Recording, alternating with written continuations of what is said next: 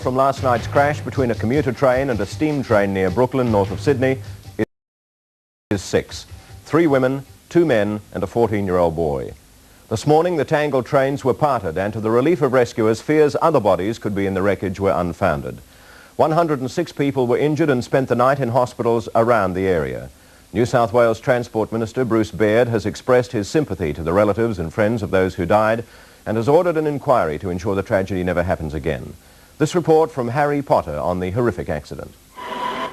The silver commuter service from Newcastle hurtled out of a tunnel near Hawkesbury River station, experts say at around 30 kilometres an hour. The driver's cabin exploded against the last carriage of the steam locomotive 3801, which was stationary with braking problems. A third of the last carriage was demolished in a deadly shower of tangled metal and splintered wood. The driver of the 5:20 p.m. flyer from Newcastle didn't stand a chance. He was crushed almost on impact, his body brought from the wreck as his wife dashed to the scene. 5 passengers died in the wreck, 6 others survived, but their condition remains critical. The day tripper was crowded with 300 jazz fans returning from a festival at Maitland. Dozens were carried out on stretchers, including several with serious spinal injuries. Others, dazed and in shock, were amazed they survived.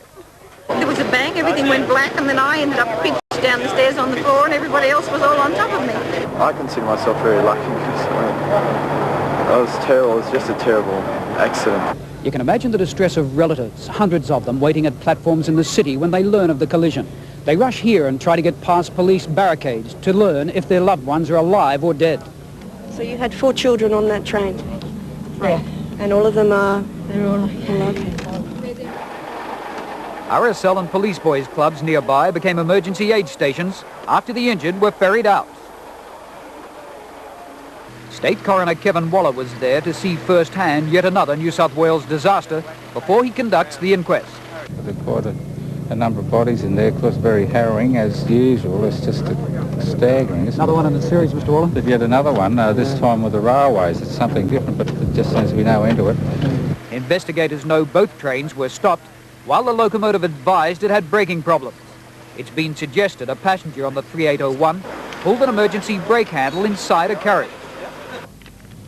The inquest will consider how long the crew had to protect the locomotive's rear and look at why they didn't walk back along the line to lay warning detonators. The commuter service passed through several sets of signals before the crash, and they are being checked to see if the dead driver had the all clear to proceed. The main Northern line should be back in service late today. Harry Potter for 10 News. New South Wales Premier Nick Greiner today told of his disbelief at learning of yet another major disaster in the state. Obviously I was probably more staggered than anyone else. I could not believe when I heard about it about 8 o'clock last night in the middle of a function. I was genuinely staggered.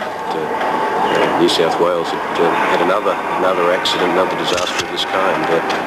He took time out this morning to visit some of the many injured travellers being treated at Hornsby Hospital. For these victims, the crash is a mystery. This morning's newspapers giving them the first written account of the nightmare they were so fortunate to live through. I was looking out the window and when I could see the light sort of coming round the curve, I could hear the train, and I got my head back in time. And then sort of everything just descended on top of you. So I said it was a bit like being in a dumper in the surf, when you don't know which end's up and everything's pouring down on top of you. Mr. Greiner congratulated staff at the hospital which played a key role in the rescue operation. He extended his condolences to the families of the dead, but added he's grateful given the number of people on board the trains, the loss of life was relatively limited. Yvette Sands, 10 News. Next in the 10 Morning